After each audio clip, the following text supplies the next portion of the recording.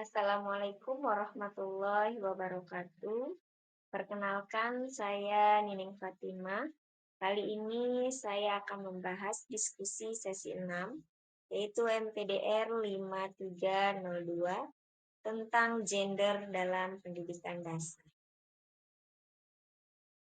Baiklah, yang pertama di sini saya akan menjawab bagaimana sebagai guru pendidikan dasar dapat berkontribusi dalam mengatasi isu gender dalam lingkungan pendidikan. Saya sebagai guru pendidikan dasar, tentunya saya memiliki peran penting dalam memastikan setiap anak, baik laki-laki maupun perempuan, memperoleh kesempatan belajar yang setara, merasa dihargai di lingkungan sekolah. Jadi untuk mengatasi isu gender dapat dilakukan melalui beberapa upaya. Di antaranya yang pertama yaitu membangun kesadaran, di mana saya berupaya memahami perbedaan kebutuhan siswa, minat dan cara belajar antara siswa laki-laki dan siswa perempuan. Jadi kesadaran ini menjadi dasar agar saya tidak memperlakukan mereka dengan bias. Contohnya dengan memberi kesempatan yang sama kepada semua siswa untuk berbicara, memimpin, dan berpartisipasi dalam kegiatan kelas. Kemudian selanjutnya mengembangkan materi dan pembelajaran yang responsif gender. Jadi saya memilih menyusun materi pembelajaran yang mencerminkan nilai kesetaraan. Contohnya menyusun tugas atau proyek yang dapat dilakukan oleh siapa saja.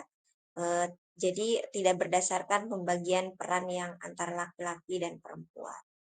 Selanjutnya menciptakan lingkungan belajar yang inklusif dan aman.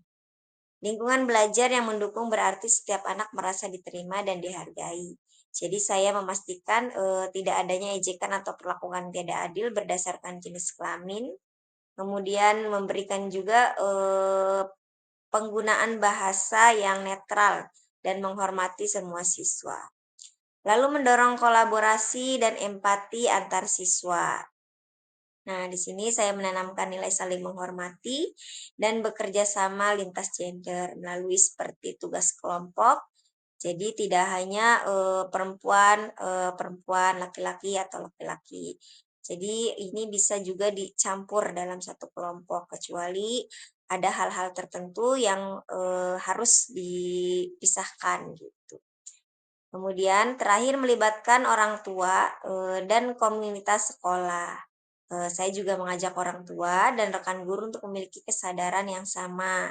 Jadi misalnya diskusi atau kegiatan bersama yang menumbuhkan kesadaran bahwa setiap anak berhak berkembang sesuai dengan potensinya. Jadi dengan upaya-upaya tadi, saya berharap dapat menciptakan lingkungan pembelajaran yang inklusif, adil, dan mendukung perkembangan potensi siswa tanpa memandang jenis kelamin.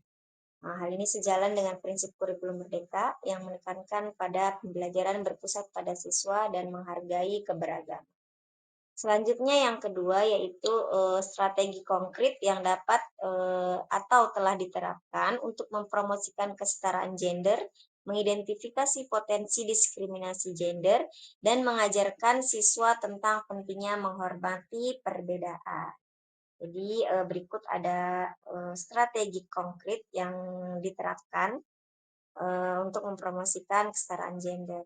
Di antaranya yang pertama menerapkan pembelajaran berbasis kesetaraan gender. Jadi saya merancang kegiatan belajar yang berikan kesempatan setara bagi siswa laki-laki dan perempuan untuk bisa berpartisipasi aktif. Selanjutnya menggunakan bahan ajar yang tanggap gender.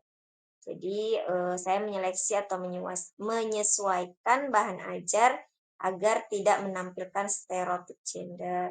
Contohnya memperkenalkan tokoh laki-laki dan perempuan yang sukses di bidangnya agar siswa memahami bahwa setiap orang dapat berprestasi tanpa ada batas gender. Kemudian mengidentifikasi dan mencegah potensi diskriminasi di kelas ya.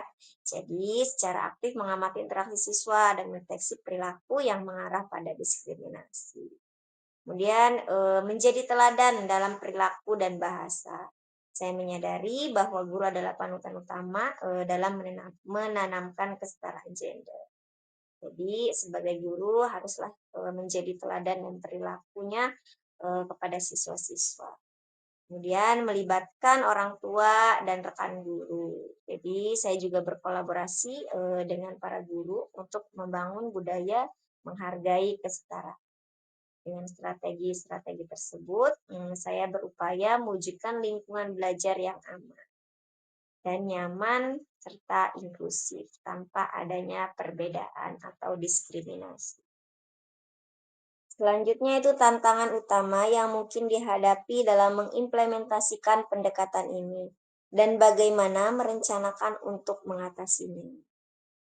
Jadi tantangan dalam mengimplementasikan pendekatan kesetaraan gender di pendidikan dasar itu memang nyata dan membutuhkan strategi yang terencana.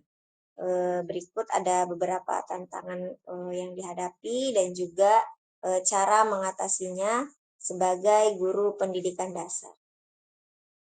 Tantangan yang pertama yaitu masih ada siswa yang datang dari lingkungan keluarga atau masyarakat yang masih memegang pandangan tradisional, seperti anak laki-laki harus kuat dan anak perempuan harus lembut.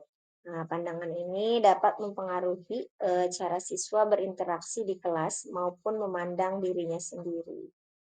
Kemudian strategi mengatasinya yaitu saya melakukan edukasi secara bertahap melalui cerita, video, atau juga kegiatan reflektif yang menunjukkan bahwa kemampuan tidak ditentukan oleh jenis kelamin. Saya juga berkomunikasi dengan orang tua dalam pertemuan kelas untuk menjelaskan pentingnya mendukung anak tanpa bias gender. Selanjutnya, tantangan yang kedua yaitu beberapa buku teks masih memuat ilustrasi dan contoh yang memperkuat stereotip gender, seperti tokoh laki-laki yang selalu digambarkan aktif dan tokoh perempuan yang pasif. Kemudian, strategi mengatasinya yaitu saya melakukan adaptasi materi dengan menambah contoh baru yang lebih setara dan kontekstual. Misalnya dalam pelajaran Bahasa Indonesia atau IPS, saya menambahkan kisah tokoh perempuan berprestasi di bidang sains, teknologi, dan juga kepemimpinan. Selanjutnya yaitu tidak semua guru memahami pentingnya kesetaraan gender dalam pembelajaran. Ini akibatnya praktik bias bisa terjadi tanpa disengaja di lingkungan sekolah. Kemudian cara mengatasinya, saya berinisiatif berbagi praktik baik dan berdiskusi dalam komunitas guru atau juga kombel ya kalau ada di sekolah, melalui lesson study atau teacher reflection.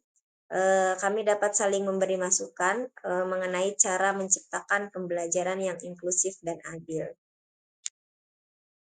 Jadi kesimpulan yang dapat diambil dari diskusi kali ini, menerapkan pendekatan kesetaraan gender itu memang menghadapi berbagai tantangan, baik dari sisi budaya, kebiasaan, maupun sistem pembelajaran.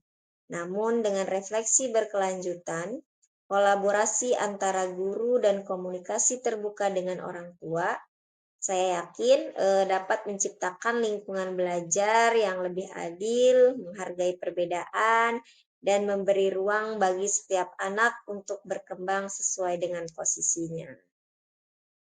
Baiklah, mungkin itu yang dapat saya sampaikan pada diskusi sesi 6 ini. Kurang dan lebihnya mohon maaf. Terima kasih untuk semuanya. Assalamualaikum warahmatullahi wabarakatuh.